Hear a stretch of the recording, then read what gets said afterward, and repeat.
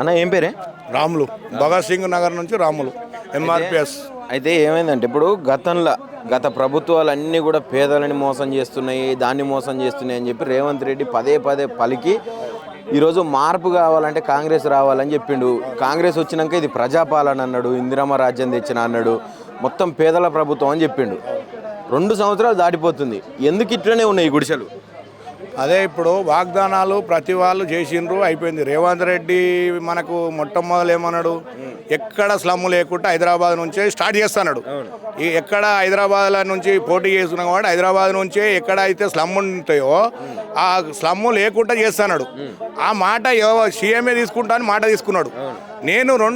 నేను గెలవంగానే ఎక్కడైతే స్లమ్లు ఉన్నాయో అక్కడనే ఇందిరమ్మ ఇండ్లు ఎత్తాడు. ఇందిరమ్మ ఇండ్లు చాలు చేయకుండా ఏమన్నాడు, పట్టాలన్నా ఇస్తాడు. పట్టాలు ఇస్తా అని చెప్పిండా, ప్రజాపాలన దరఖాస్తు పెట్టుకొని మీకు పట్టాలు ఇస్తాడు. ప్రజాపాలనలో దరఖాస్తు పెట్టుకున్నాం పట్ట కావాలని. మరి దరఖాస్తు పెట్టుకున్నాక పట్ట రాలేదు, మాకు ఇల్లు రాలేదు. ఇప్పుడు పట్టానన్న ఇవ్వమన్నాము, లేదంటే ఇల్లు అన్న ఇవ్వమన్నాము. 2 సార్లు జరిగినాయి ప్రజాపాలన అని చెప్పి 2 సార్లు దరఖాస్తులు 2 సార్లు దరఖాస్తులు పెట్టినాం. 2 సార్లు దరఖాస్తు పెట్టినా కూడా అయ్యా మేము ఇక్కడ ఉండలేకపోతున్నాము, చాలా ఇబ్బంది పడుతున్నాము, మాకు లేబర్ పని చేసుకుంటాం కాబట్టి మాకు పనులు కూడా దొరుకుతలేవు. అయ్యా రేవంత్ రెడ్డి గారు మీరు గెలవంగానే చేస్తామన్న పనికి ఏం అడుగుతున్నాం అంటే మాకు ఇండ్లు కావాలని అడుగుతున్నాం, ఏం అడుగుతలేం మేము. ఈ ఉన్న డబల్ బెడ్రూమ్ ఇందిరమ్మ ఇండ్లు ఎప్పుడైతే కట్టిస్తానని మాట ఇచ్చినావు నువ్వు, ఆ ఇక్కడ నడిబొడ్డు మీదనే ఇక్కడ ఇడిసబెట్టి ఊర్లల్లో అక్కడిక్కడ ఇదవుతున్నావు. మరి ఇక్కడ నడిబొడ్డు మీద ఉన్నాయి కదా సార్, సుందరయ్య పార్క్ అంటే ఎక్కడ నడిబొడ్డే కదా. నారాయణగూడ కోటి అంటే సుల్తాన్ బాజార్ అంటే ఎంత దూరం ఉంటుంది, ఈ కోటికి దీనికి ఎంత దూరం ఉన్నది. మనకు బాగిలింగంపల్లి అని విడిసబెట్టి బయట అంతా చేస్తున్నారు కాబట్టి బాగిలింగంపల్లి భగత్ సింగ్ నగర్ గుడిసెలకు కంపల్సరీ ఏదన్నా. ఇప్పుడు ఎమ్మెల్యే వచ్చిండు, ఈరోజు ఎమ్మెల్యే గారు కార్పొరేటర్ గారు వచ్చి మాట ఇచ్చిండు, పొన్నం ప్రభాకర్ వెళ్దాం మాట్లాడదామని. పొన్నం ప్రభాకర్ గారు మొన్న టిఫిన్ ఇందిరమ్మ టిఫిన్ ఓపెన్ చేయడానికి వచ్చిండు, క్యాంటీన్ ఓపెన్ చేయడానికి వచ్చిమన్నాడు. ఇది తొందరగా నేను చర్య తీసుకుంటాడు. 15 రోజులు అన్నాడు, ఇప్పుడు 2 నెలలకు అయిపోయింది. ఇక ఇక్కడ ఏదో ఇది చేసి వెళ్ళిపోయిండు, చూసింది లేదు, ఏ నాయకుని పంపింది లేదు, ఏ ఎమ్మెల్యే ఎంపీలు వచ్చి ఇక్కడ అలిగింది. ఏమిది ఎమ్మెల్యే మాకు ఏమున్నాడు, అరే అది చేస్తున్నాము, అది ఇప్పుడు కోర్టులు ఉన్నది అని చెప్తున్నారు కానీ కోర్టులో లేదు. ప్రతి డాక్యుమెంట్ మేమే తెచ్చుకున్నాం. ఎక్కడెక్కడ ప్రభుత్వం ఉన్నప్పుడు కూడా ఈ జాగా స్థలం ఎక్కడెక్కడ ఏమున్న లింక్ అని ఆ లింక్ డాక్యుమెంట్ అంతా తెచ్చినాం మేము. అంటే ప్రభుత్వం చేసే పనులే మేము చేసుకున్నాం ప్రతిదీ.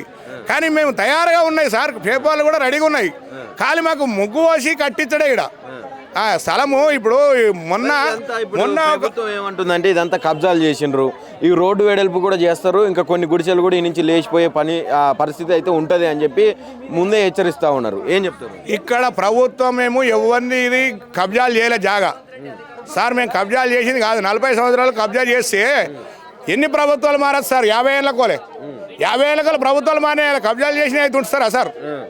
ఇది పేదవాళ్ళ గురించే జాగా ఉన్నది. ఇక్కడ పేదవాళ్ళ ఇల్లు నిర్మించేది ఉన్నది కాబట్టి ఇన్నేళ్ళు ఆగింది.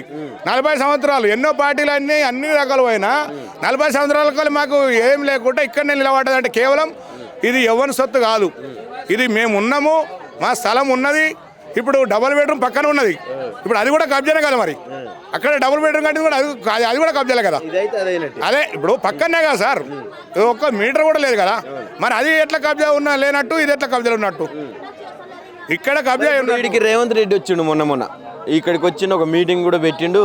మరి ఇక్కడ దీనికి అంటే కూతవేడి దూరం ఒక 2 అడుగులు వేస్తే గుడిసెలు సుందరయ్య విజ్ఞాన కేంద్రానికి ఎందుకు ఇక్కడ దాకా రాలేకపోయారు? ఆ రోజు మేము సార్ ఇది కరెక్ట్గా అడిగినావు.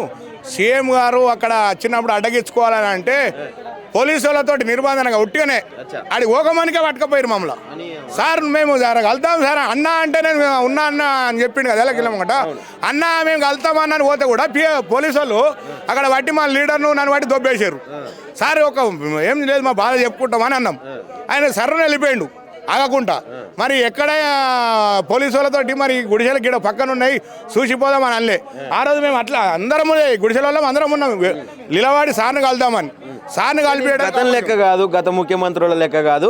కంచెలు బద్దలు కొట్టినా ఎవరు వచ్చినా డైరెక్ట్ నన్ను కలవచ్చు, మంత్రులు కలవచ్చు, ఎవరినైనా కలవచ్చు అని చెప్పిండు. ఇది ప్రజాపాలన అన్నాడు, ఇందిరమ్మ రాజ్యం అన్నాడు.